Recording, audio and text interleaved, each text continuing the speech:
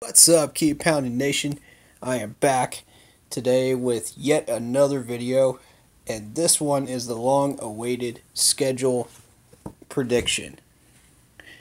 Now, I have held off on this video because of three reasons. Number one, our off-season has been nothing short of a miracle. And the fact that we managed to get exactly what we needed and depth. I'm very shocked. Number two, we don't know what these teams are capable of until now, after we've seen a little bit of them in preseason and a little bit of what some of these players could do. And number three, we didn't know the I was waiting on the 53-man roster and the practice squad. Final rosters here before week one, before I started predicting. So let's get into this. We're going to go game by game, and I'm going to give you the final overall of what I've got. Dallas Cowboys opener. I've got a feeling that Dak will hit some receivers on us, and we may have a little bit of trouble with coverage. But we'll see. We'll see how that rolls. I have faith in Bradbury, and I have faith in Dante Jackson to shut down a good chunk of those plays. So, you know, we got our linebackers to stop the run in the front line. Defensive line that is pretty solid. We retained pretty much everybody, except for Starr, so we should be okay. I'm feeling pretty confident. That should be a win. Now, as many of you know, I don't do score predictions, so I just do wins overall. So if you want score predictions, you're better start going to Shellytron's YouTube channel. He does in-depth, a lot further in-depth than I do, and he'll actually give you a number score for each game prediction that he thinks is right. But I just want to give my man some love because he's been putting out some mad fire videos, you know, and he knows his stuff. And I've actually used some of his info in a couple of my videos. So, you know, I don't own the rights to that information that I used from his videos, so give him his proper due. Alright, so I'm counting Dallas as a win. And that is in Charlotte at 4:25 in the afternoon. Now, then we go on to Atlanta in the Dome, and everybody knows we've had trouble with Atlanta in the Dome. I mean, it's not a secret. You look at our records, we have had so much trouble in the Dome. And that's not even counting Julio Jones putting up 300 yards on us last year. And you guys already know about that. I'm hesitant to say that we can get out of the first three games without a loss, you know.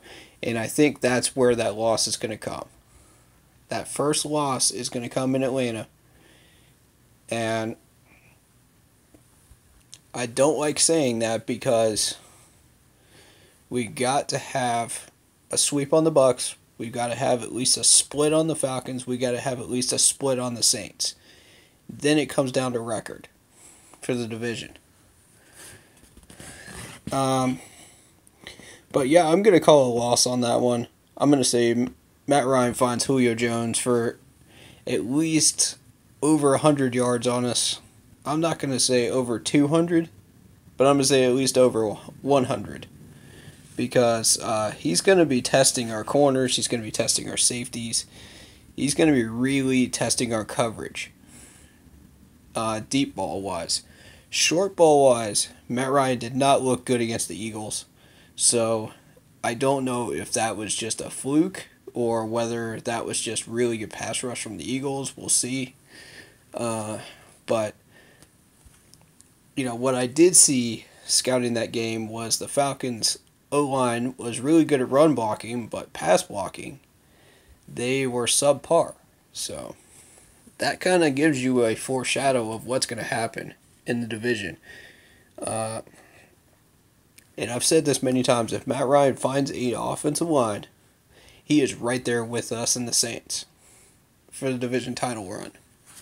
And I would not want to be the Bucs in that situation.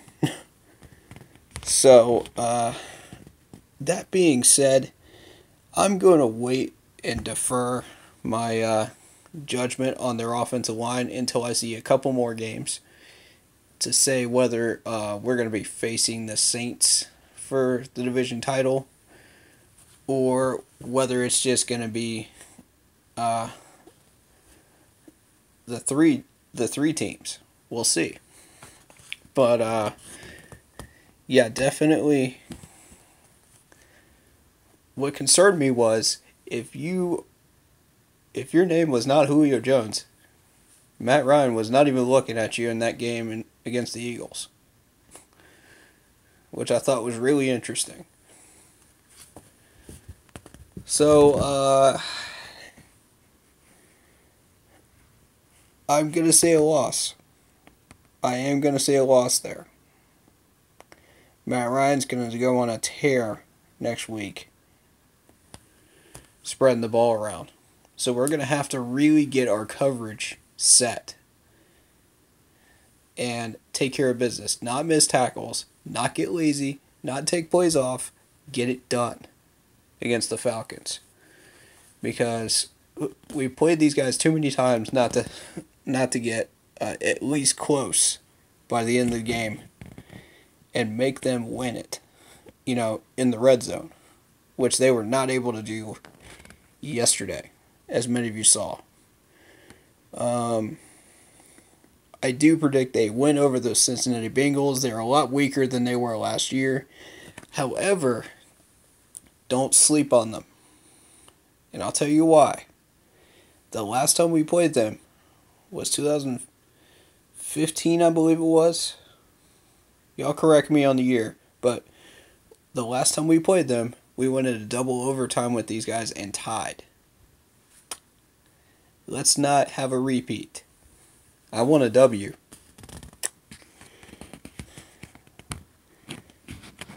Alright, so we get that bye week, we get some injuries healed, we get some time to focus on learning the Giants' playbooks, get them set up, get our playbooks set up, get everything ready to go, and get ready for Gettleman's crew. Now,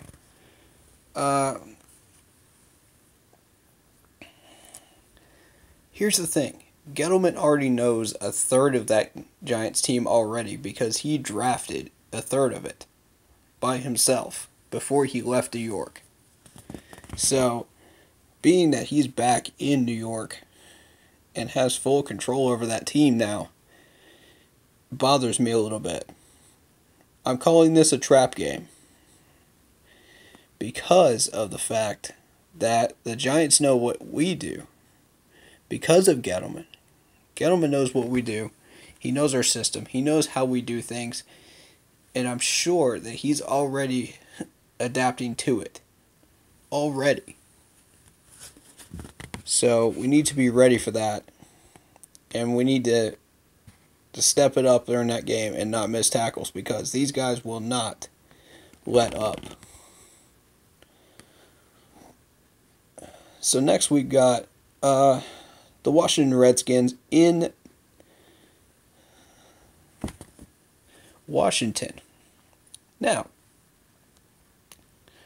the Redskins don't scare me. Redskins don't scare me. Yes, they do have Norman. Yes, they do have some playmakers, but not enough.